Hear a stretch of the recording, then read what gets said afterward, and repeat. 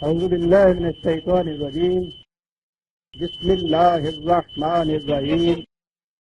عزیزان من، آج نومبر 1973 کی 4 تاریخ ہے اور درس قرآن کریم کا آغاز سورہ یونس کی آیت 70 سے ہو رہا ہے، 10/70۔ سابقہ اتوار درس کا ناغہ رہا عید الفطر کی وجہ سے۔ اس سے پہلے اتوار میں درس کا موضوع خصوصی تھا، 2 اتوار درمیان میں پڑ گئے، اس لیے ذہن سے شاید ربط اور اس کا تسلسل کچھ دھندلا ہو گیا ہوگا۔ تجدید یادداشت کے لیے عرض کر دوں کہ بات یہ چلی آ رہی تھی کہ قوانین خداوندی کی صداقتوں پر یقین رکھنے والے خدا کے تعمیری پروگرام میں اس کے رفیق بنتے ہیں، اور اسی لیے وہ مومنوں کو اولیاء اللہ کہتا ہے۔ یہ کوئی الگ گروہ نہیں ہوتا، ہر مومن ولی اللہ ہوتا ہے اور خدا اس کا ولی ہوتا ہے۔ دونوں چیزیں قرآن نے گنائی۔ ان کے لیے اس دنیا کی سرفرازیاں اور خوشگواریاں بھی ملتی ہیں، اور آخرت کی زندگی تو اسی تسلسل میں آتی ہے۔ جو یہاں قرآن کے معیار کے مطابق سرفرازیوں کی زندگی بسر کرتا ہے، وہ وہاں بھی مقرب ہوتا ہے اور سرفراز ہوتا ہے۔ اور اس کے بعد کہا کہ یہ چیز تھی خالص قوانین خداوندی کی اطاعت سے حاصل ہونے کی چیز، لیکن اس دین کو پھر مذہب میں تبدیل کر دیتے ہیں اور انہیں کہا گیا یہ مذہبی پیشوائیت۔ یہ عجیب و غریب قسم کے عقائد وضع کرتے ہیں۔ خصوصیت سے قرآن نے کہا یہ ہے کہ ویسے تو فریب دینے والے دنیا میں مختلف اقسام کے لوگ ہوتے ہیں۔ ان کے فریب کی نوعیت یہ ہوتی ہے کہ یکتبون الکتاب بایدیہم ثم یقولون ھذا من عند اللہ۔ یہ خود اپنی طرف سے کچھ باتیں گھڑتے ہیں اور لوگوں کے سامنے پیش کرتے ہیں، یہ کہہ کر کہ یہ خدا کی شریعت۔ اسے کہتے ہیں افتراء علی اللہ، اپنی طرف سے کوئی چیزیں وضع کرنا اور اسے خدا کی طرف منسوب کر کے پیش کرنا۔ اور یہی ہے وہ چیز، یہی ہے وہ تکنیک کہ جو ان کی اس عوام میں کامیابی کا راز ہوتا ہے کہ جب بھی یہ کبھی حق کی مخالفت کرتے ہیں تو یہ کہہ کے نہیں کرتے کہ ہم اس کے مخالف ہیں، کہتے یہ ہے کہ یہ خدا اور رسول کے خلاف۔ اور خدا اور رسول سے مراد ہوتا ہے ہر وہ کچھ جو ان کے اپنے ذہن کا وضع کرتا ہوتا ہے، لیکن اسے وَيَقُولُونَ هَذَا مِنْ عِنْدِ اللَّهِ اسے منسوب کرتے ہیں خدا کی طرف۔ یہ سوال صرف مسلمانوں کی مذہبی پیشوائیت کا نہیں، بلکہ پہلے دن سے یہ ساتھ کے ساتھ بات چلی آ رہی۔ ادھر سے سلسلہ رشد و ہدایت خداوندی شروع ہوتا ہے اور ادھر سے یہ جماعت جو ہے یہ آ جاتی ہے۔ ہر رسول جانے کے بعد قرآن نے کہا ہے کہ اس کے دین کو مذہب میں یہ جماعت تبدیل کر دیتی ہے، عجیب قسم کے عقائد وضع کرتی ہے، اور پھر دنیا میں مذہب ہی باقی رہ جاتا ہے، دین نہیں رہتا۔ ہر نیا رسول آتا تھا اسی دین کی تجدید کے لیے کہ جسے انہوں نے مذہب میں تبدیل کر دیا ہوتا ہے۔ یہ کشمکش ہی ساری یہی ہے۔ سوال یہ ہوا کہ یہ ایسا کیوں کرتے ہیں، اور یہاں سے آج ہمارے درس کی ابتدا ہوتی ہے۔ کہا کہ بات بڑی صاف ہے، متاع فی الدنیا یہ ان کا پروفیشن ہوتا ہے، کمائی کا ذریعہ ہوتا ہے۔ پیشوائیت کی پریسٹہوڈ کی پوری تاریخ پہ غور کیجیے۔ قرآن نے ان کے متعلق کہا تھا کہ یاکلون اموال الناس بالباطل۔ یہ اس کا ترجمہ یہ نہیں کہ ناجائز طریقوں سے کھا جاتے ہیں، وہ جائز و ناجائز تو ان کے اپنے ہاتھ میں ہوتا ہے، وہ تو اپنے ہر طریقے کو جائز ہی نہیں بلکہ عین اسلام مغز اسلام بنا کے دکھاتے ہیں۔ تو جائز و ناجائز دیکھتا اب الفاظ کے گورکھ دھندے میں کس طرح الجھاتے ہیں یہ چیز۔ بالباطل اس نے کہا ہے، یہ دنیا میں باہمی تعاون کا سلسلہ ہے۔ میں نے کچھ کام دوسروں سے کرانے ہوتے ہیں اپنے، دوسرا میرے کچھ کام کرتا ہے، یہ باہمی تعاون ہوتا ہے۔ حتیٰ کہ موچی بھی اگر جوتا گانٹتا ہے تو وہ میرا کچھ کام کرتا ہے، میں اس کے معاوضے میں کچھ دیتا ہوں۔ یہ تعاون کی چیز ایسی ہے کہ اس میں وہ کچھ کرتا ہے میرے لیے اور میں اس کے لیے کچھ کرتا ہوں۔ لیکن آپ دیکھیں گے کہ یہ ایک ایسا گروہ ہے کہ جو کچھ نہیں کرتا دوسروں کے لیے، موچی اتنا کام بھی نہیں کرتا، نائی اتنا کام بھی نہیں کرتا، اور منہ لیتا ہے سب سے زیادہ۔ اسے کہتے ہیں یا کلونا والن ناصر بالباطل کے معنی ہوتا ہے کوئی تعمیری کام دوسرے کا کیے بغیر دوسرے کا مال کھا جاتا۔ اور پھر یہ کہ اس طرح سے جو دوسرے لوگ کرتے ہیں، فریب کار، گرا کٹ، نوسر باز، قانون کی نگاہوں میں مجرم، معاشرے کی نگاہوں کے اندر ذلیل، اور ان کی کیفیت یہ ہے کہ یہ سب سے بڑے گرا کٹ اور نوسر باز، سب سے زیادہ مہذب معاشرے کے اندر۔ یہ عجیب قسم کی ایک تکنیک ہے۔ قرآن نے ایک لفظ کہہ کے متام فی دنیا اور پورا کا پورا نقاب چہرے سے الٹ کے رکھ دیا کہ یہ سارا راز یہ ہے، یہ ایک وقت کی روٹی کمانے کے قابل نہیں ہوتے، کوئی فن کوئی ڈھنگ جانتے ہی نہیں ہے، اور کیفیت یہ ہے کہ بل باطل کھاتے ہیں، لوگ آ کے دیتے ہیں، منتیں کرتے ہیں، پاؤں پڑتے ہیں، گھٹنے چومتے ہیں، اور دنیا میں باہر کی سوسائٹی میں معزز ترین القابات ان کے لیے مختص ہوتے۔ آپ دیکھتے ہیں کتنی کامیابی کی یہ چیز۔ کہا کہ یہ ٹھیک ہے لیکن یہ کاروبار ہمیشہ کے لیے نہیں چل سکتا۔ ثم الینا مرجعہم ثم نذیقہم العذاب الشدید بما کانوا یکفرون۔ اس کے بعد آہستہ آہستہ پھر یہ قوانین خداوندی کی طرف آنا پڑتا ہے ان چیزوں کو، اور جب یہ یہاں آتی ہے اور اس کے بعد پھر دیکھیے کہ ان کا حشر کیا ہوتا ہے۔ یہ تاریخ کا دوسرا ورق ہے پریسٹ ہوڈ یا مذہبی پیشوائیت کی تاریخ کا، کہ جب ان کے خلاف پھر کوئی تاریخ اٹھتی ہے تو اس کے بعد کیا ہوتا ہے۔ یورپ چکڑا ہوا تھا پریسٹ ہوڈ کے اندر، یہ کیتھولکس جن کو کہتے ہیں عیسائیت کی۔ اس کے بعد لوتھر کی ایک تاریخ اٹھی، اور وہ تاریخ ہی یہ تھی کہ صاحب یہ کلرجی، یہ چرچ، یہ ہے کیا، اس کی حیثیت کیا ہے، اس کا اختیار کیا ہے، اس کی اتھارٹی کیا ہے۔ ہر شخص اپنے اپنے طور پر بائبل سمجھ سکتا ہے، انہیں دو نام سے الگ کرو۔ ان کی اتھارٹی کی کیفیت یہ تھی کہ بادشاہ چرچ کے مقروض ہوتے تھے، اور جو کسی کا مقروض ہے پھر آپ جانتے ہیں کہ اس کی اپنی ذات کیا باقی رہتی ہے اور اپنی اتھارٹی کیا باقی رہتی ہے۔ یہ تھی کیفیت جب یہ لوتھر کی وہاں تاریخ آئی، لیکن اس کے بعد خود اس لوتھر کی تاریخ کے اندر پھر یہ مذہبی پیشوائیت پیدا ہو گئی، یعنی پروٹسٹنٹ کے ہاتھ پھر یہ پادری پیدا ہو۔ اب اس کے بعد یورپ میں یہ تاریخ جب اٹھی ہے نئے دور کی، اس نے تو پھر مذہب کو دوسرے مذہب میں بدلنا چاہا تھا۔ تنگ آنے کے بعد انسانیت پھر اس لبادے کو اٹھا کے پھینک دیتی ہے، نہ رہے بانس نہ بجے بانسری۔ یہ یورپ میں جو آپ تاریخ میٹیریلزم کی دیکھ رہے ہیں، مادہ پرستی کی، دہریت کی، خدا سے انکار کی، یہ رد عمل ہے اس پیشوائیت کا۔ اور جب اس کا رد عمل ہوتا ہے کسی جگہ تو سب سے زیادہ قابل نفرت یہ گروہ ہوتا ہے۔ یورپ میں یہ چیز اٹھی تو ٹھیک ہے، وہ مذہب یا خدا اور رسول کے نام تو ان کے ہاں انہوں نے الگ کیے، لیکن یہ آکاش بیل انہوں نے اتار کے پھینک دی اپنے شجرے ملت۔ یہ پنپنے نہیں دیتی قوموں کو۔ دنیا میں جہاں جہاں آپ دیکھیں گے پریسٹ ہوڈ کا غلبہ، وہ قوم کبھی سر ادھار ہی نہیں سکتی۔ وہ درخت کی ساری نمی یہ چوس دیتی ہے، وہ خشک ہوتا جاتا ہے، یہ پھیلتی چلی جاتی ہے۔ یورپ کو یہ اتارنا پڑا۔ آپ کو معلوم ہے کہ یورپ کی دہریت اور لادینی کے خلاف یہاں ہمارے ہاں سے یا ان مذہب پرستوں کے ملکوں سے سب سے بڑی آواز مذہبی پیشوائیت کی اٹھتی ہے ان کی لادینی کے خلاف۔ ان کے دل میں کیا درد ایسا ہے؟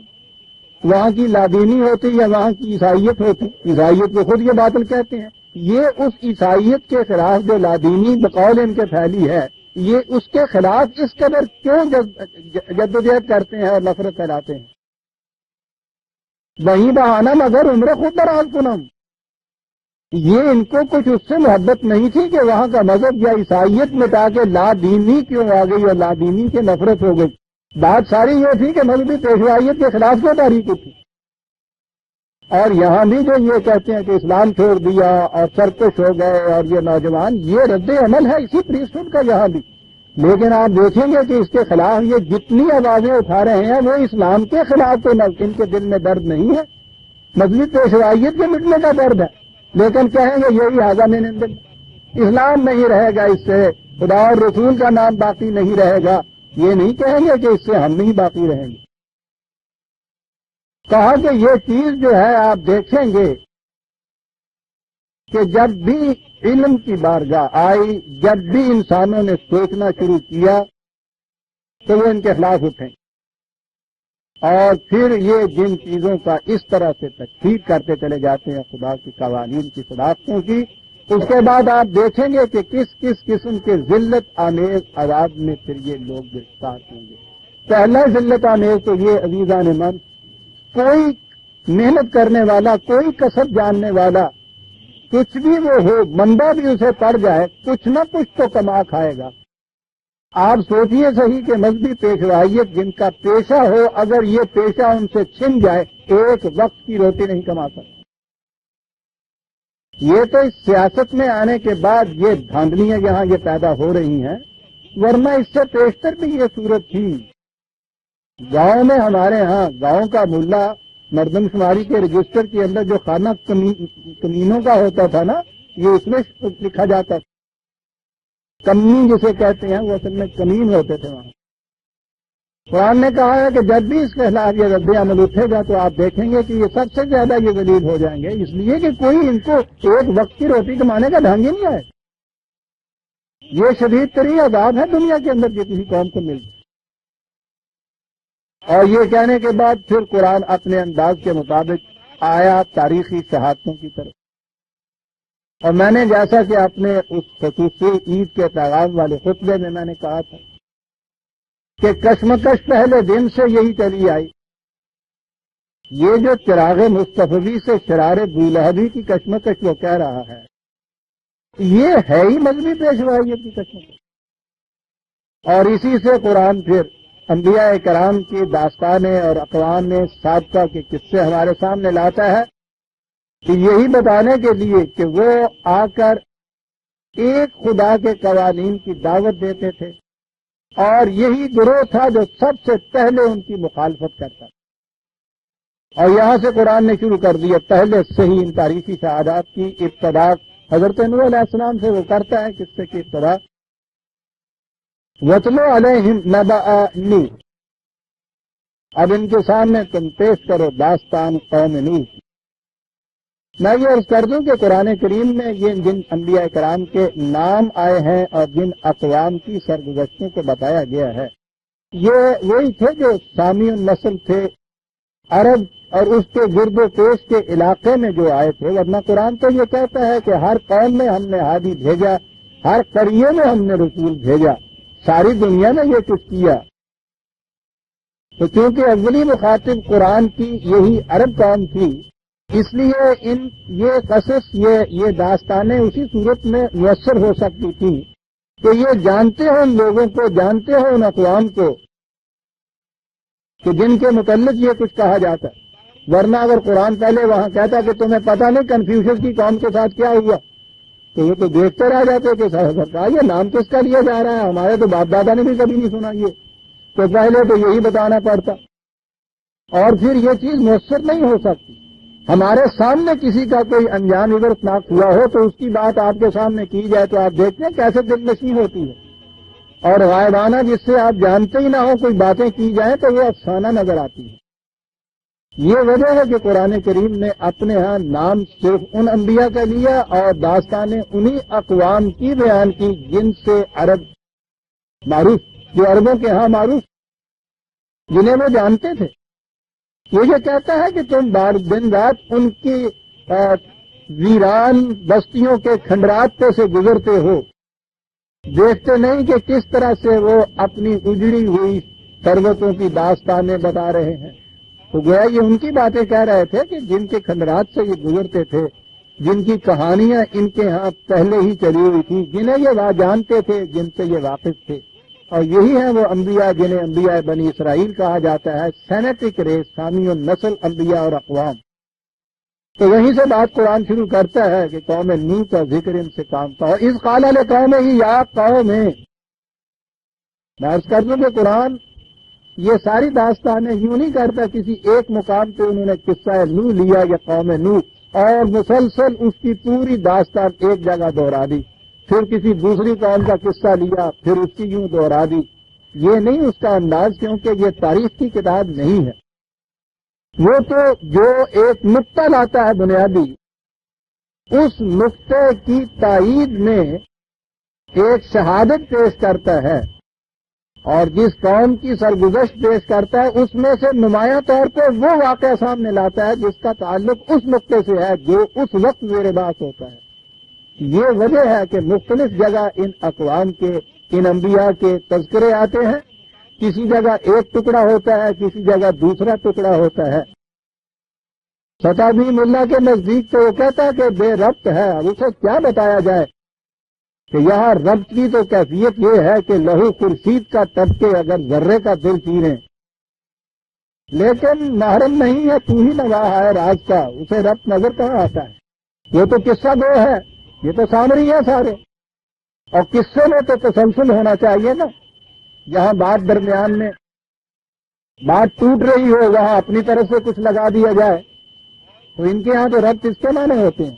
ربط معنوی کا تو یہ جانتے ہی نہیں ہوتا کیا ہے، معنی تو ان کے ناریل میں سمجھ ہی نہیں سکتے تھے، بے ربطی نہیں ہوتی۔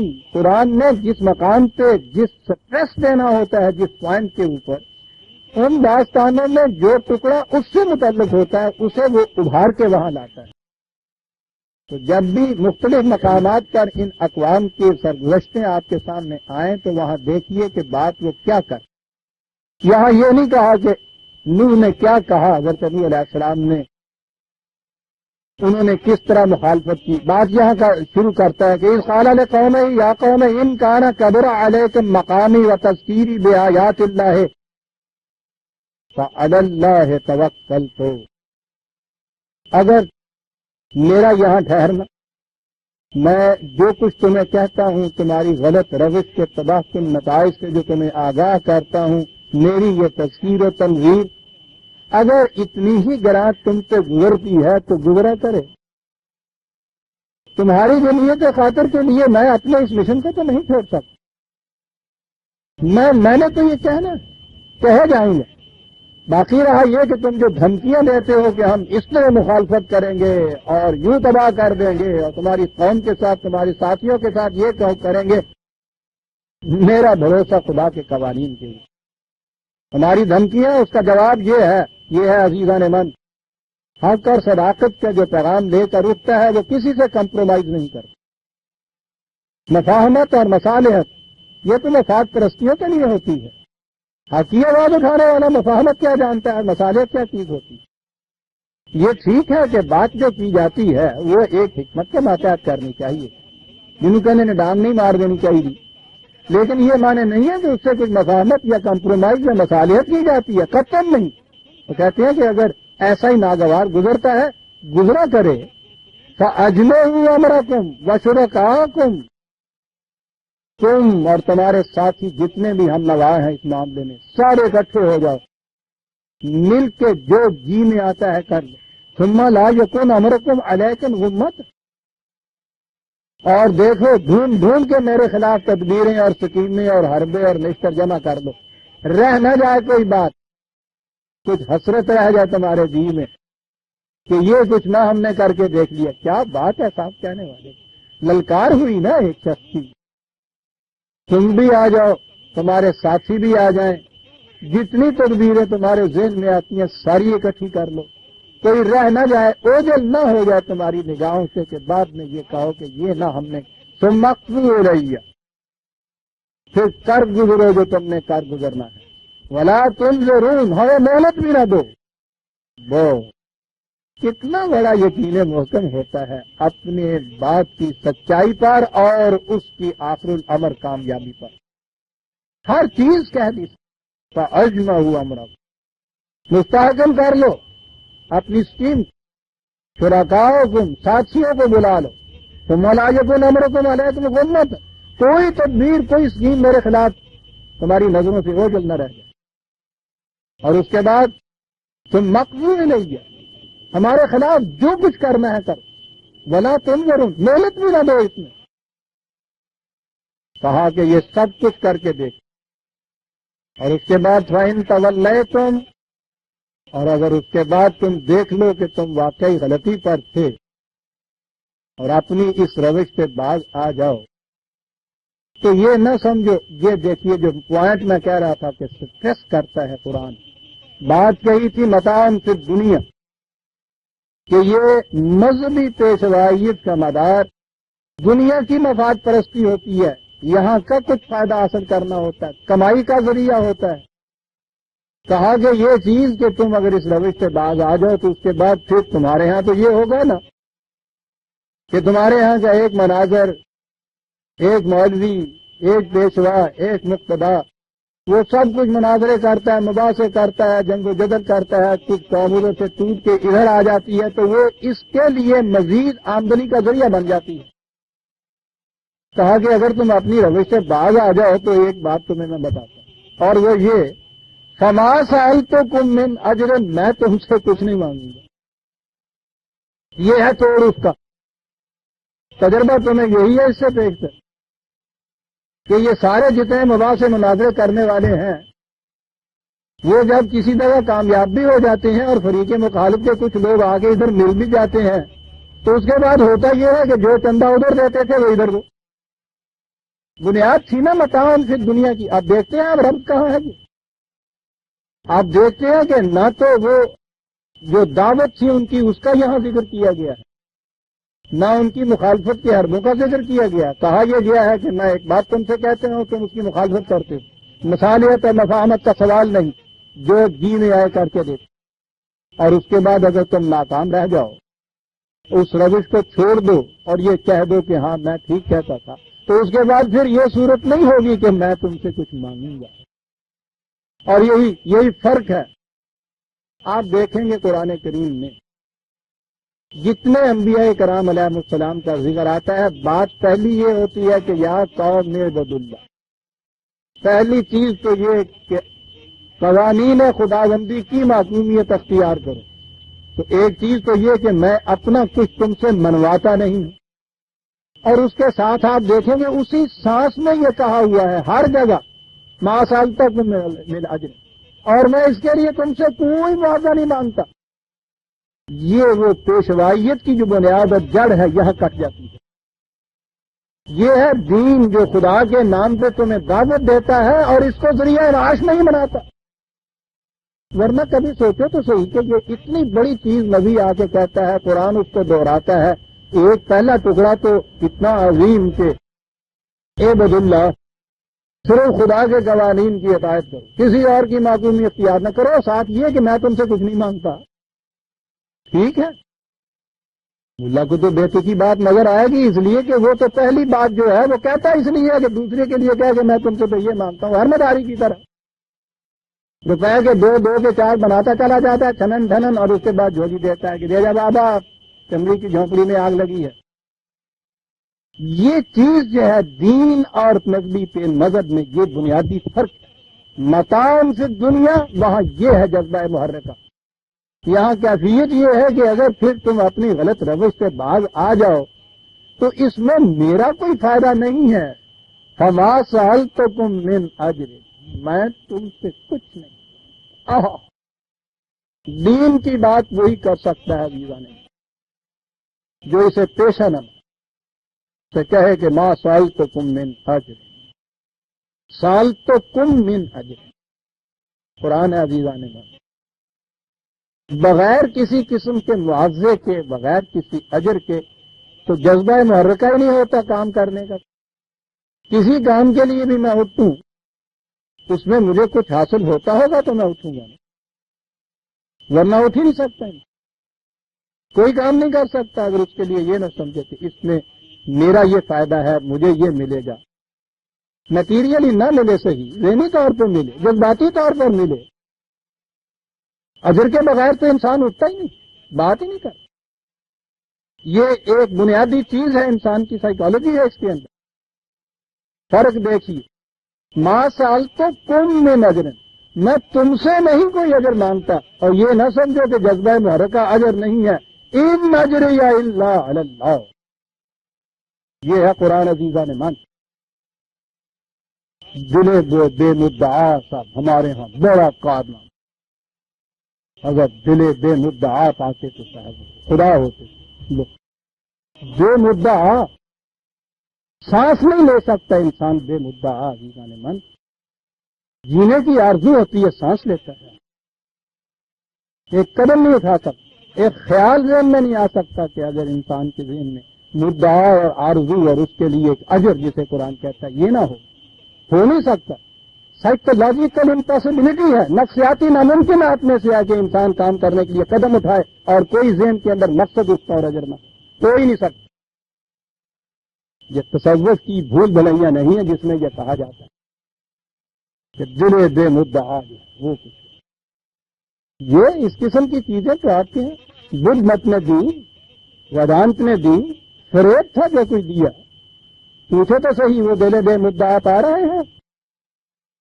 یہ جو چیز تھی کہ ترک آرزو اور ترک مقاصد، ترک مدعا، یہ ہے اصل دین جو ان لوگوں نے کہا۔ فریب تھا، خود کھایا یا دنیا کو فریب دیا۔ کوئی بات بے مدعا انسان کے نہیں ہو سکتی، اور یہ ناممکن ہے کہ وہ مدعا اور آرزو کو اپنے دل سے نکال دے، کر ہی نہیں سکتا۔ تو بڑا عمدہ اعتراض ہے جو اس کے اوپر کہا گیا کہ ترک آرزو یہ ہے ہمارا مقصد۔ کہا کہ سرکار یہ ترک آرزو جو ہے یہ خود آرزو نہیں ہے، یہ تو خود آرزو ہے، کیا ترک کریں گے آپ؟ قرآن یہ نہیں کہتا، رسول جیسی شخصیت یہ کہہ رہی ہے۔ دیکھا ہے انکار ہے تو اتنا بڑا، فما سألتکم من اجر، تم سألتکم من اجر، تم سے کوئی اجر نہیں مانگا۔ لیکن یہ نہیں ہے کہ یہ دل بے مدعا ہے، یہ بغیر اجر کے یہ چیز ہو رہی ہے، ہو ہی نہیں سکتا۔ تو سوال یہ ہے کہ پھر کس سے اجر مانگتا ہوں؟ ان اجری الا علی اللہ۔ تو یہ اجر جو ہے یہ اتنا جو تم سے میں نے کہہ دیا ہے، یہ واضح کر دیا ہے، یہ بات پہنچا دی ہے، اس کا اجر مجھے مل جائے گا۔ یہ صرف بات پہنچانے کا اجر نہیں مل سکتا، بات یہ بیچاری ہوتی ہے، بات ہوتی ہے۔ کہا وہ اجر اس بات کا ہے، وہ امرت ان اکون من المسلمین، حکم مجھے دیا گیا ہے کہ تو اس جماعت کے اندر شامل ہو جو ہمارے آقام کے سامنے سر جھکائے ہوئے، اور اس کا اجر ہے جو مجھے ملے گا۔ تم سے میں نے کیا کہا؟ عبد اللہ، خدا کی معصومیت اختیار کرو، یہ تو میں نے تم سے کہا، تم سے اس کا کوئی اجر نہیں مانگتا، اگر تم ادھر آ بھی جاؤ تو اجر ہے خدا سے۔ کیا اتنی سی بات کہنے کا اجر مل جائے گا وہاں سے؟ صرف کہنے کا اجر تو نہیں ملے گا۔ اس نے مجھے یہ حکم دیا ہے کہ اجر لینا چاہتے ہو، اور پھر یہ دیکھیے کہ یہ یا کوئی نبی بھی یہ نہیں کہتا ہے کہ مجھے کہا ہے کہ تم مسلم ہو جاؤ۔ یہ بھی بڑا عجیب بنیادی فرق ہے عزیزان من۔ یہ انفرادی چیز ہوگی اگر وہ یہ کہا جائے کہ بھئی تم اپنے طور پہ اطاعت کر لیا کرو۔ مذہب میں ہر شخص انفرادی طور پر اطاعت کرتا ہے، جو بھی وہ کرتا ہے، بھکتی اور پرستش اور بندگی اور عبادت انفرادی طور پر کرتا ہے۔ دین انفرادیت نہیں، دین ایک جماعت تیار کرتا ہے ان لوگوں کی کہ جو اس طرح خدا کے قوانین کی اطاعت کرتے ہیں، اور اس کی طرف دعوت دینے والا یہ کہتا ہے ان اکون من المسلمین، مجھ سے کہا گیا ہے کہ تو بھی اس جماعت کے اندر ایک پر شامل ہو۔ پہلے دن جو شخص جس کی دعوت دے رہا ہے نبی اکرم صلی اللہ علیہ وسلم، اول پہلے ہیں وہ بھی یہ نہیں کہتے کہ میں مسلم ہو رہا ہوں، وہ کہتے ہیں انا اول المسلمین۔ یہ نہیں ہے کہ میں الگ انفرادی طور پہ مسلم ہو جاؤں گا، میں نے یہ اطاعت اختیار کی تو بھائی میرا کام تو یہ ہو گیا، میں ٹھیک ہے میں نے بات بھی تم تک پہنچا دی۔ بالکل نہیں، یہ جماعت بناتا ہے، اور الگ بات ہے کہ اس جماعت کا فرسٹ کرسٹل جو ہے وہ خود بنتا ہے، پہلا شخص انا اول المسلمین۔ ہر نبی سے کہا گیا کہ وہ امیرت ان اکون من المسلمین، اور اگر یہ ایک فرد اس جماعت کا ایک فرد نہیں ہے، نہ یہ اسلام رکھتا ہے نہ یہ مسلم کہلا سکتا، فرد قائم ربط ملت سے ہے، تنہا کچھ نہیں، موجہ دریا میں اور بیرون دریا کچھ نہیں، وہ تو دریا کے باہر کی ریت ہی اس کو جذب کر لیتی ہے، کھا جاتی ہے۔ انا ان اکون من المسلمین، پہلی چیز وہ یہ کہتا ہے کہ مجھے یہ کہا گیا ہے کہ یہ جو مسلم ہمارے سامنے جھکنے والی جماعت ہے اس کا ایک فرد بن جاؤں، مجھے یہ کہا گیا ہے۔ اگرچہ جماعت کی خود تخلیق و تشکیل و تعمیر اسی نے کرنی تھی، لیکن اپنا منتہا بتا دیا کہ یہ نہیں ہے کہ میں نے تم سے کہا تو بات ختم ہوئی، خود میں نے عطایت اس کی کر دی تو بس ٹھیک ہو گیا۔ نہ ان اکون من المسلمین، یہاں ابتدا ہے اول المسلمین، انتہا یہ ہے کہ فادخلی عبادی وادخلی جنتی، میرے بندوں کے ساتھ شامل ہو جائے اور یوں جنت میں آ جائے۔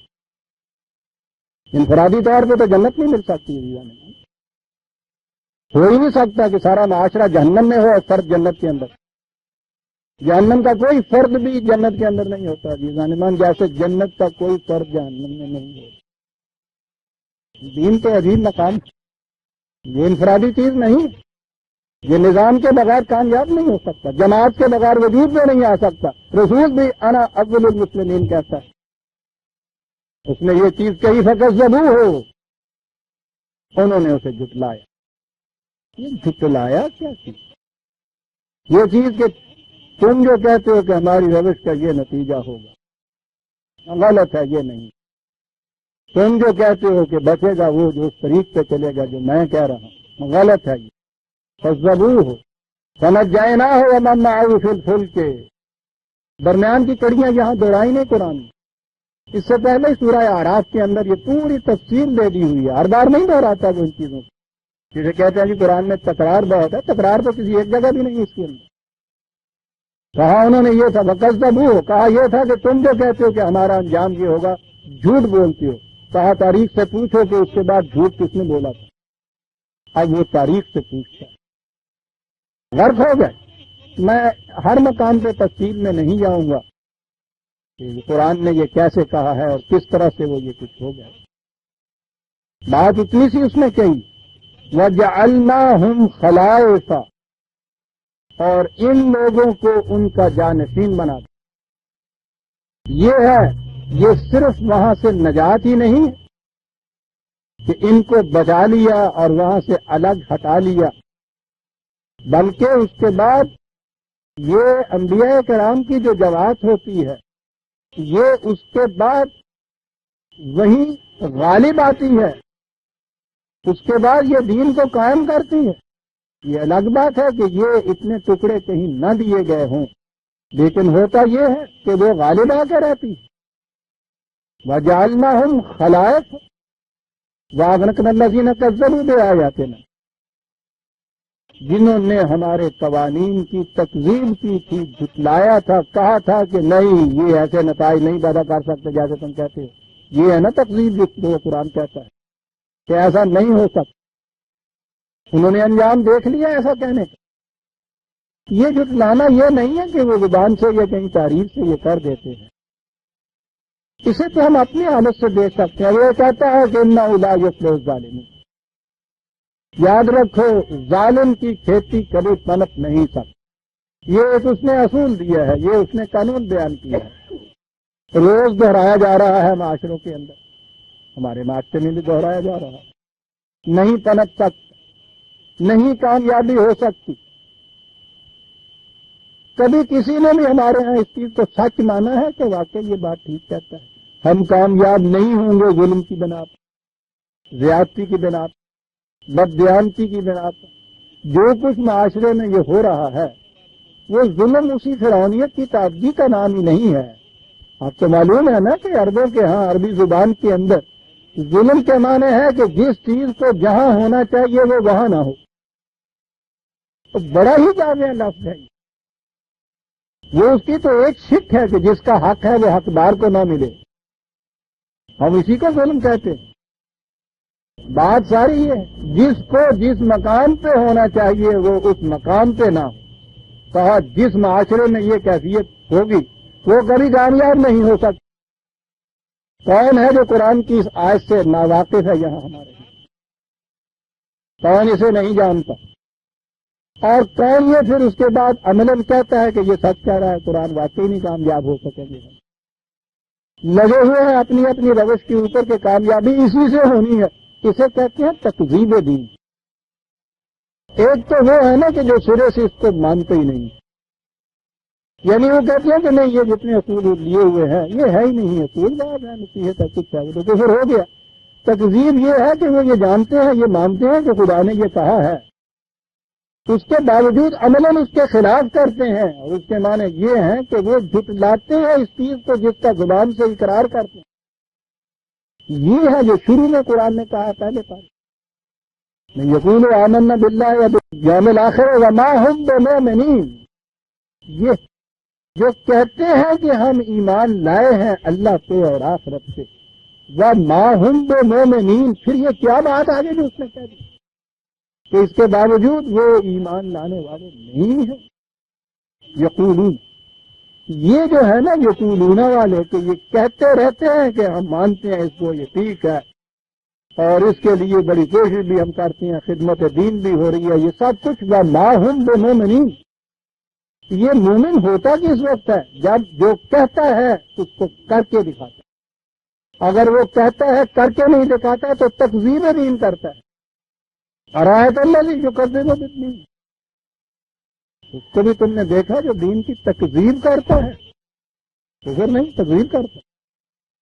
یہ کون؟ ارایت الذی یدع الیتیم ولا یحض علی طعام المسکین۔ یہ وہ ہے کہ معاشرے میں جو تنہا رہ جاتے ہیں ان کو دھکے دیتے، جن کی چلتی ہوئی کاروبار کی گاڑی رک جاتی ہے کسی طرح سے، ان کی مدد کبھی نہیں کرتے۔ ویل للمصلین الذین هم عن صلاتهم، دیکھا آپ نے یہ دین والے بات دین ہی نہیں ہے تو نمازیوں کا ذکر ہو رہا ہے۔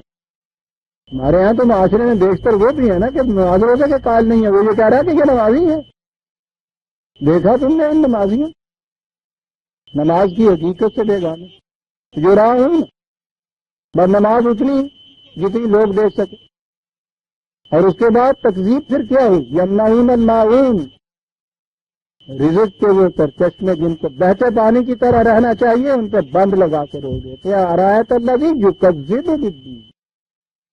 یہ تکذیب اور کفر میں بڑا فرق کرنا بڑا ضروری ہے۔ قرآن کی روح سے آپ دیکھیں گے تکذیب ہے یہ کہ اقرار کرتے جانا ایک چیز کا کہ ہاں ہم مانتے ہیں، عملاً اس کو جھٹلاتے چلے جائیں، تباہ ہوگا وہ۔ اور یہ دوسری جماعت جالنا ہم خلائق کا، ان کا جانشین بنائے۔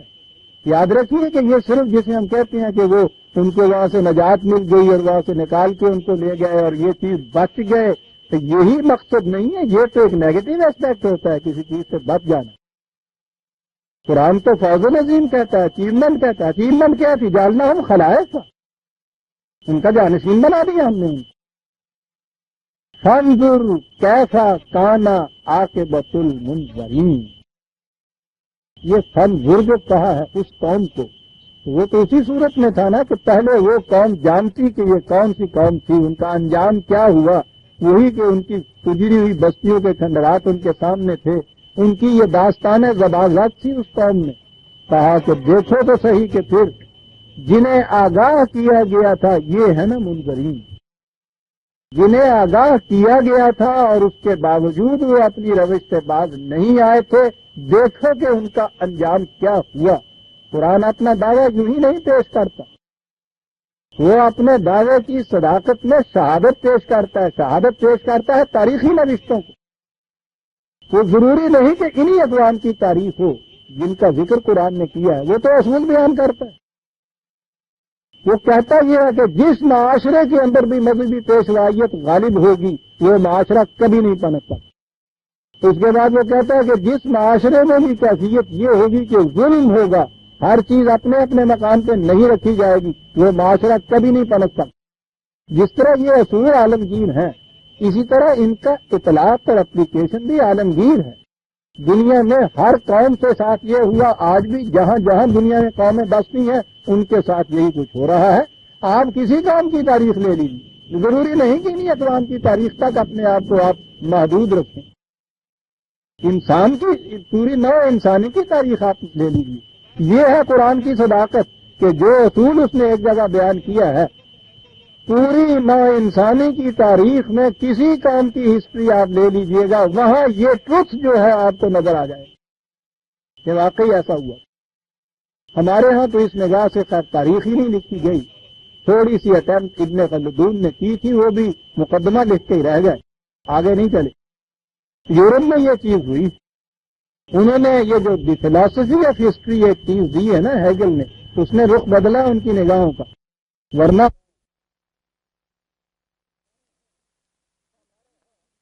ہمارے ہاں ہسٹری ہوتی تھی، وقایع نگاری ہوتی تھی، یہ کہ وہ اس کی ایک فلسفی بیان کی جائے کہ اس قوم کے ساتھ یہ کیوں ہوا تھا، انہوں نے یہ چیز کی ہے، اور ان کے ہاں پھر یہ ہسٹری اس انداز سے مرتب ہوئی۔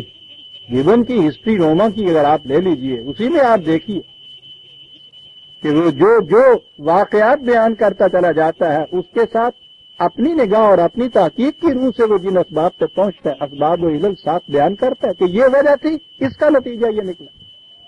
اور چھوٹے پیمانے پہ تو آپ بریفاو کی کتاب دیکھ لیجیے، میکنگ آف ہیومینٹی، اس میں آپ کو نظر آئے گا کہ وہ کہتا ہے۔ میں کہہ یہ رہا ہوں کہ یہ نہ تو سامی اقوام کی تاریخ ہے، نہ یہ صرف عربوں سے کہی گئی ہے، یہ تو یونیورسل ٹروتھس ہیں، ابدی حقائق ہیں جو بیان کی ہیں قرآن میں۔ ان کی صداقتیں دنیا کی کسی قوم کی تاریخ بھی آپ لیں گے، وہاں سے ان کی صداقتیں آپ کو ملتی چلی جائیں گی۔ تاریخ کا مطالعہ، کسی قوم کی تاریخ کا بھی مطالعہ آپ نے کرنا ہو، اس نگاہ سے کیجئے، اور آپ دیکھیں گے کہ ان کی سرگزشت قرآن کے ان ابدی قوانین کی صداقتوں کی شہادتیں بنتی چلی جائیں۔ فانظر کیسا کان عاقبۃ المنذرین ثم بعثنا من بعده رسلا الى قومهم فجاءوهم بالبينات۔ اس کے بعد بھی یہ سلسلہ جاری رہا، مختلف قوموں کی طرف اس طرح سے آگاہ کرنے والے آتے رہے، واضح دلائل لے کر، بینہ، فما كانوا ليؤمنوا بما كذبوا به من قبل۔ کہنے لگے وہاں ایک چیز تھی جو آڑے آ جاتی ہے انسان، اور وہ ہے اس کا پندار نفس۔ کہتا ہے کیفیت یہ ہوتی ہے مذہب پرست قوم کی، بالخصوص ان کے مذہبی پیشوائیوں، کہ یہ جس چیز پہ اڑے ہوئے ہوتے ہیں، جس چیز پہ چلتے آ رہے ہوتے ہیں، یوں کہیے مذہب تو وراثتاً چلا آتا ہے نا تسلسل کے ساتھ۔ میں نے اس اپنے خصوصی خطبے میں بتایا تھا کہ دلیل ہی یہ ہوتی ہے کہ ہم نے اپنے اسلاف کو اس طریقے پہ پایا اور ہم اس پہ چلے جا رہے ہیں۔ کہتے ہیں ان کی کیفیت یہ ہوتی ہے کہ جب بھی ان کو کوئی ایسی بات کہی جائے جو ان کے اس متوارث اور متواتر اسلاف کے طریقے کے خلاف جائے، ان کا پہلا رد عمل، فرسٹ ری ایکشن ہوتا ہے نہ کرنے کا۔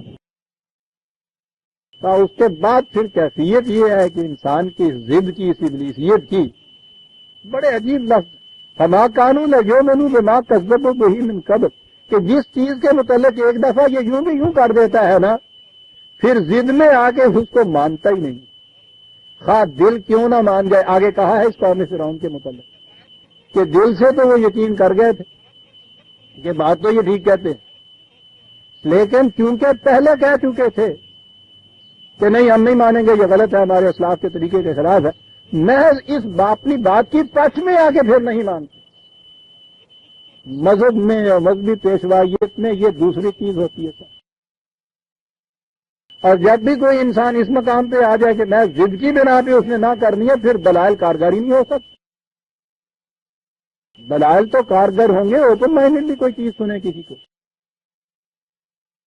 بڑی عظیم حقیقت قرآن نے کہی کہ یوں ہی جس بات سے پہلے انکار کر دیا کہ نہیں ہم نہیں مانیں گے، میں اس لیے پھر جھٹلائے چلے جائیں گے کہ پہلے کہہ بیٹھے ہوئے ہیں کہ ہم نہیں مانیں گے۔ زندگی کا اصول عزیزان من یہ یاد رکھیے، کسی بات کے متعلق جو آپ نے کوئی فیصلہ کرنا ہو، فوری جو رد عمل آپ کے اندر آئے نا، اس سے فیصلہ نہیں کرنا چاہیے۔ اس میں توقف کر دینا چاہیے، اسے دوسرے وقت پہ اٹھا رکھنا چاہیے، اور پھر اس پہ ٹھنڈے دل سے غور کرنا چاہیے۔ یوں تو یہ ہو سکتا ہے، اگر 100% کیسز میں نہ بھی ہوگا تو بیشتر کیسز میں یہ ہو سکتا ہے کہ دلائل و براہین پہ غور کرنے کا آپ کو موقع مل جائے اور آپ صحیح نتیجے پہ پہنچ جائیں۔ لیکن اگر آپ نے پہلا ریئیکشن آپ کا جو ہے، جو ریپلس ہوتا ہے آپ کے ہاں سے، اس کی بنا پہ فیصلہ کیا تو وہ فیصلہ جذبات پہ مبنی ہوتا ہے، حقائق اور دلائل پہ نہیں ہوتا۔ اور اس کے بعد پھر قرآن کہتا ہے کہ جب ایک دفعہ یہ انسان یوں کر دیتا ہے تو وقت کی ضد آ جاتی ہے پھر اس کے بعد کہ بات سمجھ میں آ بھی جائے تو محض جو پندار نفس کی شکست سے بچنے کے لیے وہ جو ایگو ہوڈ جس کو کہتے ہیں، پھر اپنی بات پہ اڑا رہتا ہے۔ چلے یہ اس لیے بھی ان قوموں کی تباہی ہوئی کہ انہوں نے پہلے سے یہ کہہ دیا اور پھر اس بات کے اوپر اڑ گئے۔ اور یہ مذہبی مناظرے مباحثے تو ہوتے اس طرح سے، پہلے فیصلہ کر کے جاتے ہیں نا کہ ہماری بات سچی ہے دوسرے کی جھوٹی، جو یہ پہلے فیصلہ نہ کرے مناظرہ کر ہی نہیں سکتے۔ اب دونوں آپس میں پہلے فیصلہ کر کے آئے ہوئے تو یہ برسوں مناظرہ آپس میں کرتے رہے، یہ خاک کسی صداقت کے اوپر کے حق کے اوپر پہنچیں گے؟ وہ تو لا یمسہ الا المطہرین قرآن کہتا ہے۔ حقائق سے تو مس وہ کر سکتا ہے جو پہلے اپنے دل و دماغ کو ان چیزوں سے پاکیزہ کر دے۔ فَمَن يَكْفُرُ بِالطَّاغُوتِ وَيُؤْمِن بِاللَّهِ فَقَدِ اسْتَمْسَكَ بِالْعُرْوَةِ الْوُثْقَىٰ۔ پہلی شرط یہ ہے ایمان باللہ کی، کفر بالطاغوت پہلے یہ کر کے ہے۔ اور اگر پہلی چیز کو اتنا ضد کے ساتھ اپنے قلب کے اندر پیوست کر رکھا ہے اور اس کے بعد کیفیت یہ ہو کہ جو بات سامنے آئی ہے سوچے سمجھے بغیر محض اس رجحان پہ جو جذبات پر مبنی ہے یوں کر دیا، دوسرے بات وہ کہتا پھر انسان آ جاتا ہے بات کی پچ میں، پھر نہیں مانا۔ انہوں نے یہ کیا، کیا الفاظ ہیں عزیزان من، الفاظ نہیں کیا نتیجہ نکالا اس بات کا، اللہ ہوا قرآن ہے عزیزان من، قرآن۔ یہ جو چیز تھی کہ پہلے ہی ریئیکشن کے ماتحت یوں کر دیا جو جذبات کا پیدا کردہ تھا، اور پھر اس کے بعد لاکھ سمجھائیے، لاکھ دلائل دیجیے، لاکھ شواہد لائیے، پھر نہیں مانا جاتا۔ کہا یہ کیا ہے، کذالک نطبع علی قلوب المعتدین، یوں موریں لگ جاتی ہیں سمینے سوچنے والوں کے دلوں کے اوپر بھی۔ پہلے ریئیکشن میں یہ تجاوز کر گیا اس حد، اس کو اس کے اندر رہنا چاہیے کہ ہاں صاحب میں دیکھوں گا، سوچوں گا، غور کروں گا، پھر کسی نتیجے پہ پہنچوں گا۔ پہلا ہی اس کے اندر جو ریئیکشن ہوا نا تو جم کر کے وہاں پہنچا کہ نہیں صاحب غلط ہے، جھوٹ کہتے ہو۔ کیا کہا ہے معتدین یہاں، یہ اس انکار کرنے میں حد کے اندر نہیں رہا۔ اور اس کے بعد پھر نطبع علی قلوب المعتدین، مہریں لگ جاتی ہیں، سمجھنے سوچنے کی صلاحیت ہی ختم ہو۔ لہم قلوب لا یفقہون بہا، سمجھنے سوچنے کی صلاحیتیں رکھتے ہیں لیکن ان صلاحیتوں سے پھر کام نہیں۔ کسے کہتا ہے قرآن مہریں لگ، وہ جو پہلے ہی شروع ہے کہ یہ ہے وہ جن کے متعلقہ سواء علیہم انذرتہم ام لم تنذرہم لا یؤمنون۔ پھر اس کے بعد تم انہیں ان کے نتائج سے آگاہ کرو نہ کرو، وارننگ دو نہ وارننگ دو۔ انہوں نے جو وہاں سیل کیا اپنے آپ کی کل سمجھنے والی صلاحیت کے اوپر سیل کر دیا اس کو، اور وہ بوتل ہے سیلڈ ہو گئی ہوئی، اندر کو جا ہی نہیں سکتی۔ کیسے سیل ہوتی ہے اس نے کہا وہ کہ جو پہلے ہی جذبات سے ایک فیصلہ کر بیٹھتا ہے انسان، یہ ہے قرآن۔ اور آج کی سائیکالوجی ایک ایک چیز کی شہادت دیتی چلی جاتی ہے، قرآن جو کہتا ہے ابھی تو ابتدا ہوئی ہے اس سائیکالوجی کی۔ وہ جتنی اس قسم کی چیزیں لوگوں نے مانی ہوتی ہیں، یہ سائیکو انالیسس والے کرتے یہ ہیں کہ پہلے سے جو چیزیں پیوست ہوتی ہیں ان کے انکانشیس مائنڈ کے اندر، ان کو ڈگ آؤٹ کرتے ہیں، وہاں ان پھانسوں کو نکالتے ہیں۔ اور ان کے تجربے یہ ہے کہ اس نکالنے کے بعد کچھ پھر کہنا نہیں پڑتا، خود ہی وہ ایک چیز کو مان لیتے ہیں۔ یعنی یہ جو سیل تھی انہوں نے خود لگا رکھی، یہی مانے تھی حقیقت میں۔ یہ اگر اتر جائے تو خود قبول کر لیتا ہے اس چیز۔ قرآن نے جو کہا تھا نا یکفر بالطاغوت کا وہ یہ ہے کہ یہ جو چیزیں پہلے سے تم نے یہ غلط چیزوں کو اپنے قلب میں پیوست کیا ہوا ہے، انہیں پہلے نکالنے کی ضرورت ہے. کم از کم ذہنی طور پہ تو اس کے لیے آمادہ ہو کے آ جاؤ کہ نہیں ہم سوچیں گے سمجھیں گے پھر کسی نتیجے پہ پہنچیں گے، پھر ٹھنڈے دل سے اس کے بعد غور کرو. اس نے کہا کہ سوال ہی نہیں کہ پھر نہ مانے، وجود اس کے کہ وہی چیز پھر ضد کی نہ درمیان میں آ جائے. کہا کہ پھر ہم انبیاء کا سلسلہ حضرت نوح کے بعد اور چلا آگے چلا. ثم بعثنا من بعدهم موسیٰ وہارون الی فرعون وملئہ، پھر ہم نے موسیٰ اور ان کے بھائی علیہم السلام کو فرعون اور ان کے سرداران قوم کی طرف بھیجا.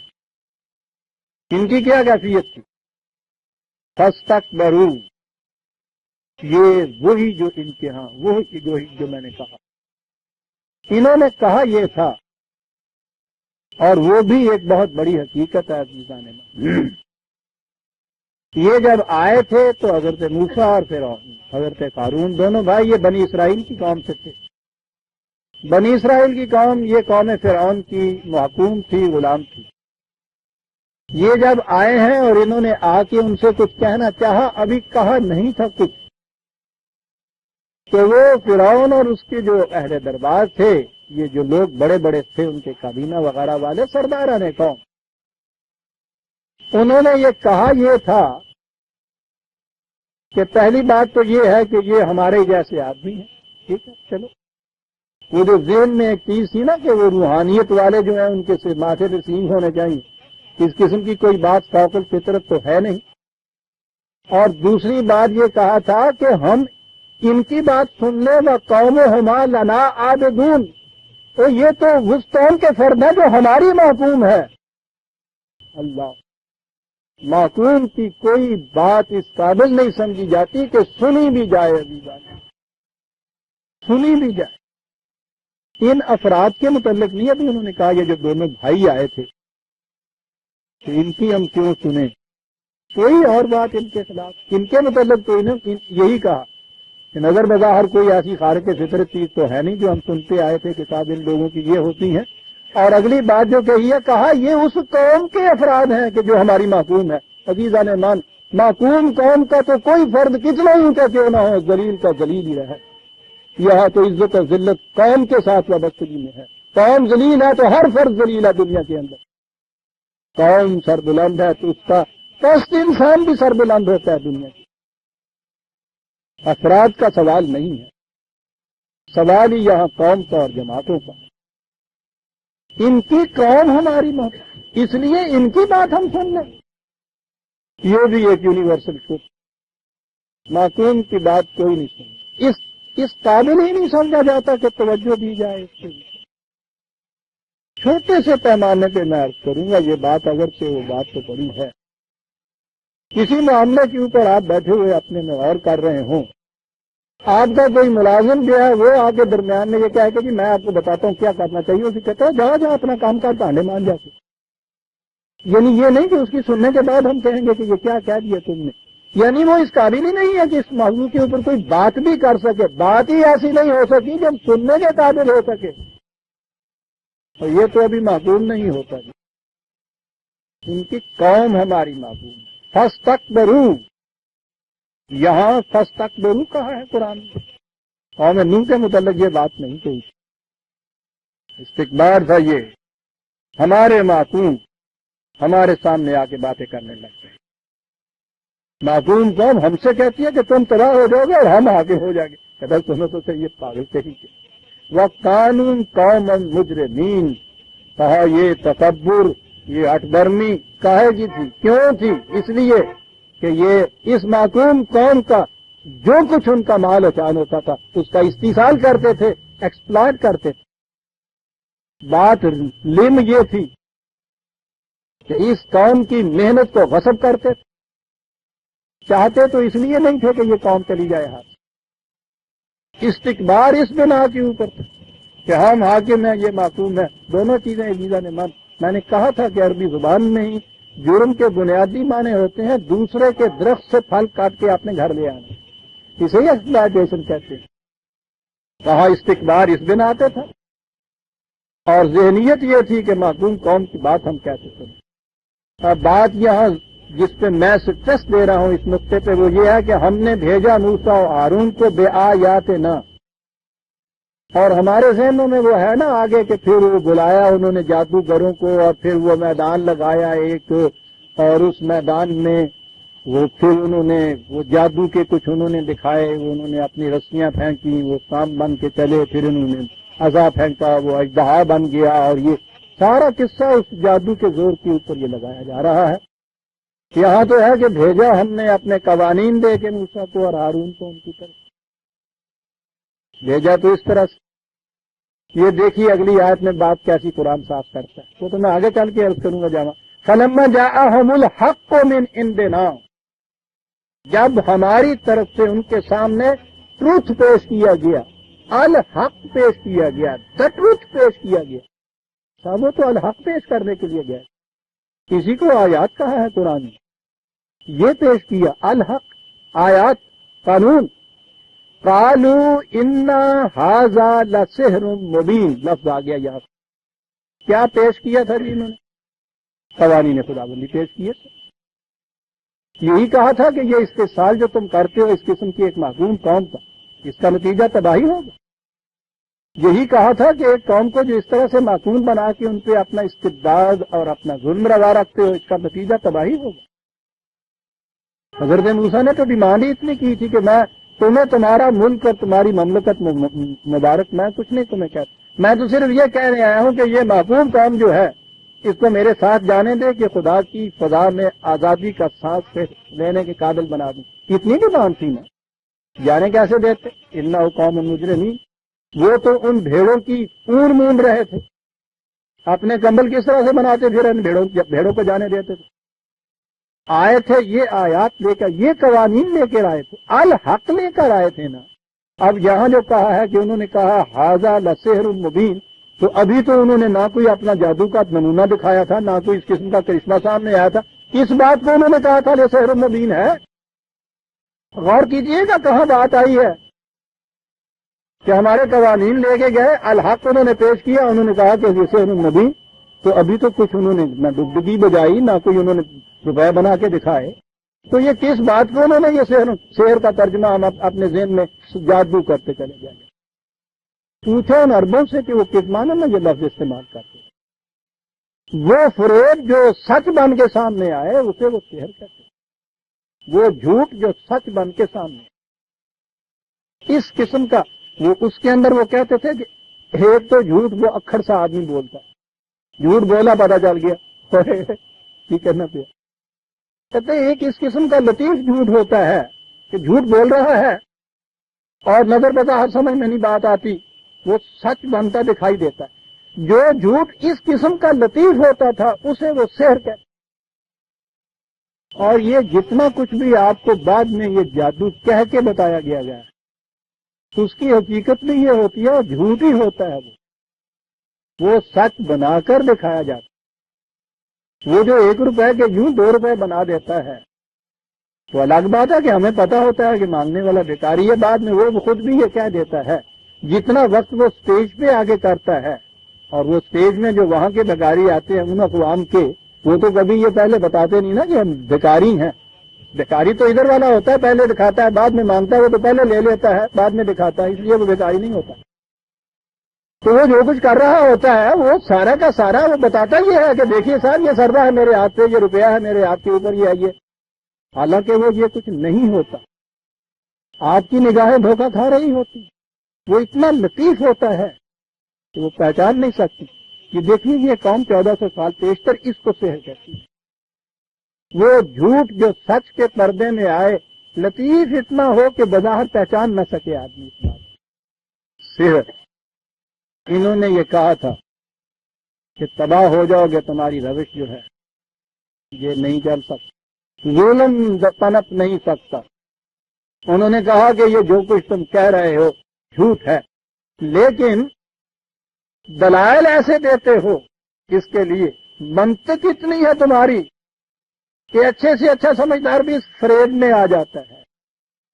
یہ تھی ساری بات جو وہ کہتے تھے کہ یہ قوم ان کی باتیں سن نہ پائے، ورنہ یہ دل نشیں ہے جو چیزیں یہ کہہ رہے ہیں، بات ہے سچی، قرآن میں آگے آیا ہے، اس نے کہا ہے کہ یہ قوم اور فرعون اپنے دل میں یقین رکھتی تھی کہ یہ ٹھیک کہتے ہیں، خود تو مانتے نہیں تھے کہ اتنی بڑی حکومت جا رہی، عوام کو سننے نہیں دیتے تھے۔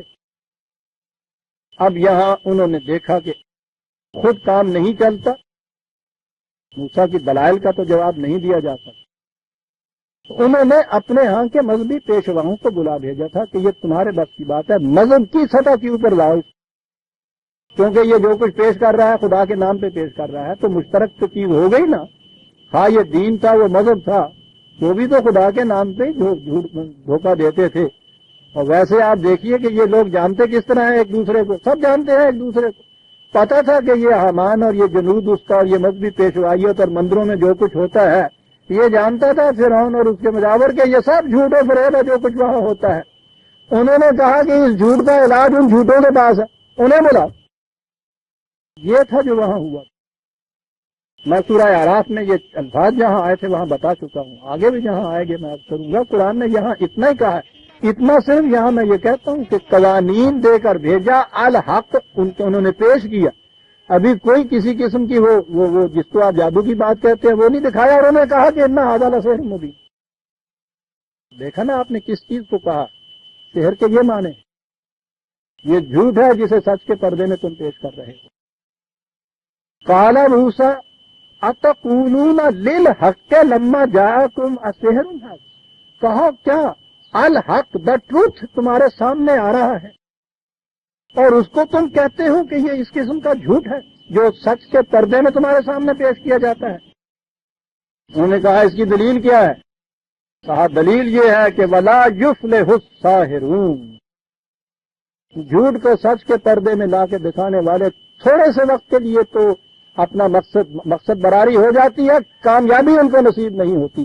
یہاں لفظ فلاح قرآن نے کہا ہے، فلاح ہوتا ہے کسی جو بیج ڈالا جائے اس کا اسی قسم کا پھل آ جائے، ہنگامی طور پہ یوں ہی کرشمہ سازیاں کر کے تو وہ دکھا سکتا ہے، یہ کہ اس کا وہ جھوٹ کا بیج سچ کا پھل لے آئے یہ کبھی نہیں ہو سکتا۔ لا یفلح الساحر، انتظار کرنا پڑتا ہے، اس کے جھوٹ کے پردے کو بے نقاب ہونے کے لیے وقت لگتا ہے، جتنا بیج کو پھل بننے کے اندر وقت لگتا ہے، پہچان اس کی پھل میں جا کر ہو۔ یہ کہ اس نے جھوٹ کہہ کے آپ کو یہ کہا کہ صاحب یہ اس دفعہ گندم بوئیے، دیکھیے 100 من جھاڑ ہوگا اس کا، کہا کہ یہ اس کے بعد یہ بات کہ جھوٹ کہتا ہے اس کے لیے 6 مہینے کا انتظار کرنا پڑے گا، اس سے پہلے یہ بات صاف نہیں ہو سکے، بونا ہوگا، محنت بھی کرنی پڑے گی، انتظار بھی کرنا پڑے گا۔ آخر میں کیا ہوگا؟ یہ ہے وہ جو لفظ ہے لا یفلح الساحرون، جھوٹ کا بیج سچ کا پھل نہیں لا سکتا، انتظار کرنا پڑے گا، دیکھنا ہوگا۔ اب آ گئے جناب وہی دلیل، پروپیگنڈا کرنے والے، مذہبی پیشوائیت بڑھ گئی آگے۔ دیکھا یہ ساحر جو بلائے تھے کیا انہوں نے کہا؟ پہلے ہی ڈگڈگی بجا، قالوا اجئتنا لتلفتنا عما وجدنا علیہ آباءنا، چل بھائی کہہ دیا قوم کو، تمہیں اسلاف کے مسلک سے برگشتہ کرنے کے لیے یہ آ رہے ہیں، دیکھو ان کی بات نہ کھول لینا کہیں، سلف صالحین کا مسلک، اس کے خلاف یہ کچھ کہہ رہے ہیں، کوئی دلیل نہیں، کوئی برہان نہیں، یہ تو جھوٹے تھے خود، دلیل کیا دیتے؟ یہ جھوٹ کس نقاب میں آ رہا ہے؟ سچ کیا ہے اس میں؟ سلف صالحین کا مسلک تواتر سے چلا آ رہا، توارث سے چلا آ رہا۔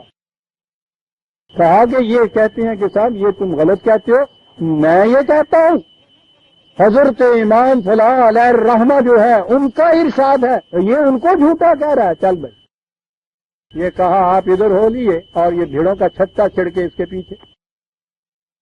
عزیزان من، اگر وہ ہار جیت اس میدان کے اندر آ کے اور ان جادوگروں کو اور ان کے معاملے میں ہی ہونی تھی تو اس پروپیگنڈے کی کیا ضرورت کہ تمہیں اسلاف کے مسلک سے برگشتہ کر رہا ہے؟ یہ جو آگے انہوں نے اگر وہ جادو کی کچھ چیزیں دکھانی تھی تو وہ اسلاف کا مسلک کون سا تھا جس سے یہ چلا رہا ہے؟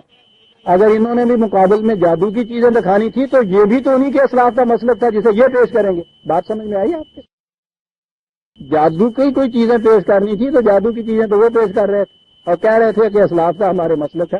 یہ تو ان سے بھی بڑا جادو پیش کر رہے تھے. انہوں نے کہا تھا سبحان اللہ ہمیں تو فلاں حضرت صاحب کی بات تھوڑی سمجھ میں آئی تھی, ان کو بہت زیادہ سمجھ میں آ گئی ہوئی ہے. یہ شیخ المشائخ ہے, بڑا جادوگر. تو دونوں میں کوئی ٹکراؤ ہو رہا تھا نا. ٹکراؤ یہ تھا, بات یہ کہی گئی ہے تو میں بہکا رہا ہے, اسلاف کے مسلک کے خلاف کہہ رہا ہے, وہی مذہبی پیشوائیت کا حربہ.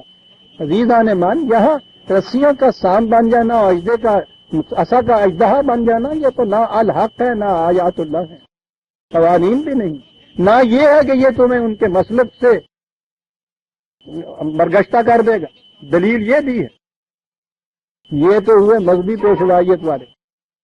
اب آئے یہ ارباب سیاست وہاں, انہیں اس سے غرض نہیں تھی کہ یہ آباء و اجداد کا مسلک تھا, اسلاف کی راہ ہے یا کدھر بہکاتا ہے. اس کے لیے تو انہوں نے یہ مذہب پرست کے وہ حامان اور اس کے لشکر وہ لائے تھے. یہ بیٹھ کے کیا کہتے ہیں آپس میں, کہا کہ بڑا خطرہ نظر آ رہا ہے جو کچھ یہ باتیں کہہ رہا ہے. یہ پروپیگنڈا یہ کر رہا ہے کہ یہ ان کو کیا حق حاصل ہے, یہ ایک جنڈلی جو اوپر بیٹھ گئی ہے کہ تمہاری محنت کی کمائی کو کھائے چلی جا رہی ہے, ان کے ہاتھ سے یہ اقتدار چھینو. ان کو یہ خطرہ تھا.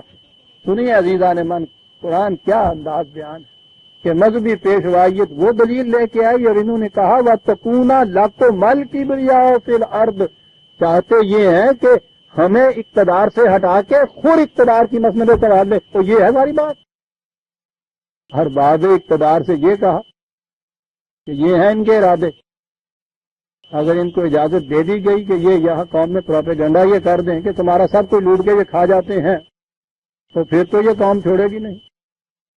کیونکہ خود کبھی ذہن میں نہیں آیا تھا کہ ہم اقتدار لیتے ہیں قوم یا ملک یا عوام یا ان لوگوں کی فلاح کے لیے.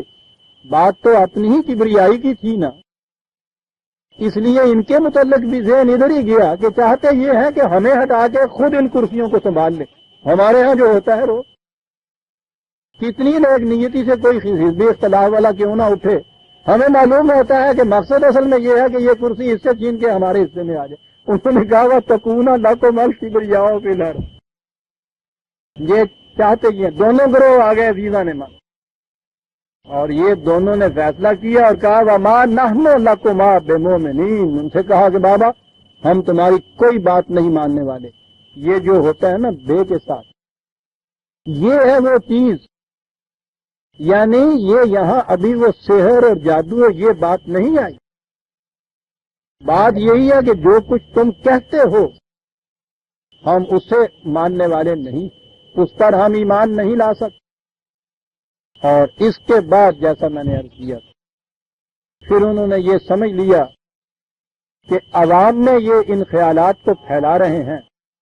اور میں آگے چل کے عرض کروں گا جہاں یہ آیا ہے کہ فرعون سے کہا گیا تھا کہ ان کو کھلی چھٹی دے رکھی ہے تم نے, پکڑو ان کو پھانسی دو, سب سے بات ختم ہو. اس نے کہا تھا کہ اتنی جلد بازی نہ کرو, میں جانتا ہوں کہ اس کا نتیجہ کیا ہوگا. اور یہ چیز نہیں کی, انہوں نے ہاتھ نہیں ڈالا ان پہ.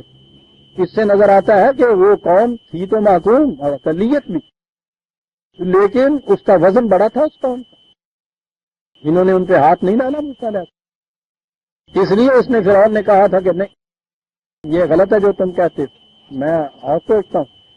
انہوں نے کہا کیا کرو گے؟ انہوں نے کہا کہ یہ عوام کو اپنے ساتھ ملانا چاہتے ہیں نا. عوام ہے مذہب پرست, اس لیے مذہب کی سطح کے اوپر ان کو لے آؤ. اور ہمارے مذہب پرست علماء, ہمارے یہ پیشوا, ہمارے یہ برہمن, یہ ہمارے یہاں پجاری, یہ عوام کو بھڑکائیں ان کے خلاف. یہ ہے علاج. ان کو پھانسی دینا علاج نہیں ہے اس کا. قوم اٹھائے گی ان کی جو ہے. کیا تدبر ہے. یہ ہے جسے اقبال نے سیاست فرعونی کہا, حکمت فرعونی کا. حکمت فرعونی مذہب کی سطح پہ آ جائے. یہاں بھی بڑے گہرے کاریگر ہوتے ہیں وہ سیاستدان جو مذہب کے رنگ میں سیاست پیش کرتے ہیں. یہ سیاسی لیڈروں کی باتوں کو تو آپ یوں ہی جھٹلا سکتے ہیں, عوام کی سمجھ میں بھی آ جاتی. جب اسی چیز کو وہ یہ کہہ کے آئیں کہ یہ اقامت دین ہے, یہ خدا اور رسول کا ارشاد ہے, بڑا مشکل ہوتا ہے اس میں. بڑی گہری چیز ہو. یہ ہے جسے حکمت فرعونی کہا ہے اقبال۔ فرعون نے یہ کہا اپنے عمراء وزراء سے، سیاست دانوں سے، کہ تمہارے بس کی بات نہیں ہے یہ، عوام کو بھڑکاؤ ان کے خلاف، اور وہ صرف مذہبی پیشوا بھڑکا سکتے ہیں۔ وقال فرعون ائتونی بکل ساحر علیم، اس کے مقابلے میں انہی کو لاؤ وہ جو ہمارے ہاں کے بڑے بڑے فریب دینے والے، بڑی بڑی پستکیں اور پوسٹیں انہوں نے رکھی ہوئی ہیں اپنے ہاں، بڑے بڑے ودوان جسے کہتے ہیں، علیم کا ہے عجیب لفظ ہے قرآن کا، کہ بڑے بڑے پڑھے لکھے جتنے بھی ہیں، فقیہ ہیں اس قسم کے، مفسر ہیں اس قسم کے، محدث ہیں اس قسم کے، شیخ المشائخ بنے ہوئے ہیں، علماء کرام نام رکھا ہوا ہے، بلاؤ ان کو، اور کہا ہیں وہ سارے فریب کا، اس کا علاج ان کے ہاتھ میں، بلاؤ ان کو۔ ہاں، فلما جاء السحرة قال لهم موسى القوا ما انتم ملقون۔ اور میں نے عرض کیا ہے نا کہ یہ وہ تفصیل میں یہاں نہیں دے رہا، میں وہ سب کچھ بیان کر آیا ہوا ہوں کیسے ہوا، اور قرآن میں بھی یہاں وہ الفاظ نہیں لایا، وہ تو آگے آئے گی بات۔ کہا گیا ہے موسیٰ نے علیہ السلام، کہا گیا ہمیں پیش کرو جو کچھ تم پیش کرنے کے لیے آئے، سامنے لاؤ، بلکہ یہ چیز ہے، ٹھیک ہے، مناظرہ ہے، لاؤ کیا دلائل ہیں تمہارے پاس، کیا پیش کرنا چاہتے ہو، یہ ترجمہ ہے اس کا، یہ عجیب لفظ قرآن لے آیا ہے۔ یہ نہیں ہے کہ وہ دکھاؤ کیا تم دکھانا چاہتے ہو، وہ محسوس جادو کی چیز تو دکھانے کی چیز ہے، یہ نہیں کہا یہ ہے کہ وہ لاؤ پیش کرو، کیا چیز ہے تمہارے پاس۔ فلما القوا، انہوں نے اپنے دلائل پیش کیے، قال موسیٰ ما جئتم بہ السحر، فریب ہے بالکل، جسے سچ کے پردے میں پیش کر رہے ہو تم۔ ان اللہ سیبطلہ، تم دیکھو کہ خدا کس طرح سے اس کو باطل تک، کس طرح سے تمہارے جھوٹ کی پردہ دری ہو جاتی ہے، ابھی کرتا ہوں۔ کہا یہ ان اللہ لا یصلح عمل المفسدین، یہاں یہ دیکھیے جرم ان کے خلاف کیا ہے، فساد برپا کرنا چاہتے ہو معاشرے کے اندر، عوام کو بھڑکا کے، دیکھا آپ نے کہاں بات لگایا قرآن، یہ ہے نا نیت تمہاری، یہاں مفسدین کیوں کہا جی ان کو، یہ کیا فساد، موسیٰ کے خلاف اگر یہ آئے تھے مناظرہ کرنے یا جادو کی چیزیں دکھانے، یہ فساد کیا تھا؟ فساد تو وہ تھا وہ جو حکمت فرعونی، کہ عوام کو بھڑکا دو ان کے خلاف۔ کہا میں جانتا ہوں جو کچھ تمہاری نیت، لیکن اس طرح سے فساد برپا کرنے سے تو کامیابی حاصل نہیں ہوتا، تم دیکھو گے کہ یہ ایسا نہیں ہو سکے گا مفتدین۔ اور یہاں سے بات ساری صاف ہو گئی برادران عزیز کہ یہ بات کیا تھی، کچھ جادو کی کرشمہ سازیاں، عجوبہ پسندیوں والی بات کوئی نہیں تھی، بات تھی وَيُحِقُّ اللَّهُ الْحَقَّ بِكَلِمَاتِهِ، تمہاری ان چیزوں کو جو تم اس قسم کے یہ دعوے کر رہے ہو اور فریب کارانہ دلائل دے رہے ہو، دیکھو یہ باطل کس طرح سے ابھی تک بے نقاب ہوتا ہے۔ خدا حق کو اسٹیبلش کرے گا کس چیز کے ساتھ؟ بے کلمات ہی، اپنے قوانین کے ذریعے سے، تو حق نے تو یوں اسٹیبلش ہونا۔ شروع میں کہا کہ وہ ہمارے قوانین لے کر گئے، الحق انہوں نے پیش کیا، اس کی یہ ساری مخالفت ہوئی۔ حکمت فرعونی یہ تھا کہ ان کو مذہبی سطح پہ لے آؤ، پیشوائیت کو بھیڑا دو، عوام کو ان کے خلاف مشتعل کر دو، یہ ہے جو کچھ وہ کرنا ہے۔ انہوں نے کہا کہ ٹھیک ہے آؤ نظر عوام کے سامنے ہی صحیح بات کرو، ابھی دیکھو کیسے پول کھل جاتا ہے تمہارے اس سارے فریب کا۔ اور یہ ہے عزیزان من وہ جو چیز میں پیش کرنا چاہتا ہوں، یحق اللہ الحق بکلماتہ، خدا اپنے قوانین کے ذریعے سے حق کو اسٹیبلش کرے گا، شوبدہ بازیوں سے تو یہ بات نہیں ہے۔ کیا آپ سمجھتے ہیں کہ جی وہ دور تھا جادوگروں کا، اس واسطے خدا نے بھی اپنے پیغمبروں کو بھیجا اسی قسم کا جادو دے کے، اور ایک ہی سانس میں وہ پھر کہتے ہیں کہ جی جادو برحق ہے، کرنے والا کافر، معاذ اللہ معاذ اللہ۔ یہاں کرنے والا پہلا تو حضرت موسیٰ خدا کا پیغمبر، اور اس سے اگر آگے چلیں گے تو جو حق اللہ الحق بکلمات ہی، اگر یہ جادو ہے تو خدا بھی پھر جادو کے ذریعے سے آیا نا اپنا حق اسٹیبلش کرنے کے لیے، کرنے والا کافر اللہ ہے۔ کوئی کھڑا ہو کے پوچھے کیا؟ وہ تو حکمت فرعونی چلتی ہے، بھڑکا دیتے ہیں ان کو، عوام کو، نمازیوں کو۔ وَيُحِقُّ اللَّهُ الْحَقَّ بِكَلِمَاتِهِ، کیا بات ہے قرآن کی عزیزان مان، وہ تو بات صاف کرتا چلا گیا۔ اس کے ذریعے سے اس نے حق کو اسٹیبلش کیا تھا۔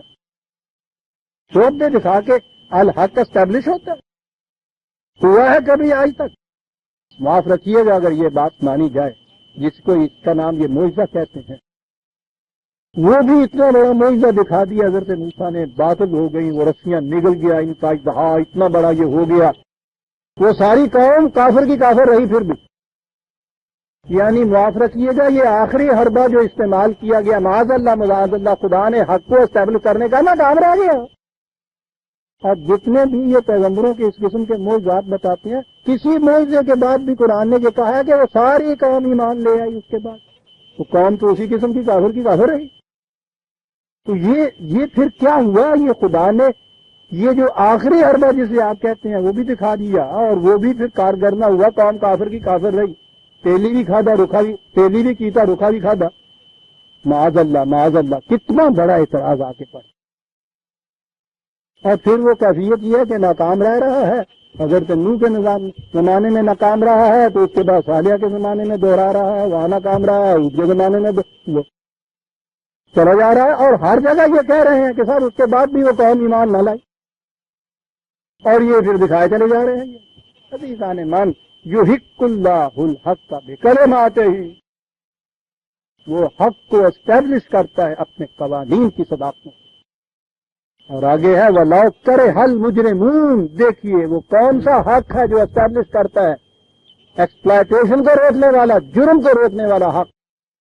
وہ تو شعبہ بازی سے اسٹیبلش نہیں ہوتا عزیزان، وہ تو اسٹیبلش ہوتا ہے کہ حق کو دنیا کے اندر سامنے لایا جائے، اور حق کی علمبردار ایک قوم تیار کی جائے، ایک نظام بنایا جائے جو اس حق کی بنیادوں کے اوپر اٹھے، اور یہ ہے وہ الحق ثابت ہوتا ہے کلمات اللہ سے، جو پھر روکتا ہے مجرمین کو ان کے جرم سے۔ ورنہ نہ یہ زبانی دلائل روک سکتے ہیں، نہ آپ کے ہاں کی کرامات روک سکتی ہیں، نہ یہ شعبہ بازیاں روک سکتی ہیں۔ یہ تو نہیں جرم کو مجرمین کو روک سکتے ان کے جرائم سے، کوئی مجرم قوم ان باتوں سے نہیں رکی۔ میں نے کہا ہے نا کہ قرآن نے بتایا کہ انبیاء نے یہ دکھایا، قوم پھر ویسے کی ویسی رہی، لہذا سوال یہ نہیں تھا، الحق وہی تھا جو خدا کے قوانین کو انہوں نے پیش کیا تھا، اور یہ رکنا اسی طرح سے تھا کہ اس کے مقابلے میں ایک قوم تھی جو الحق کی علمبردار ہوتی۔ سورہ یونس کی آیت 82 تک ہم آگے عزیزان من، 83 سے آئندہ لیں گے۔ ربنا تقبل منا انک انت السمیع العلیم۔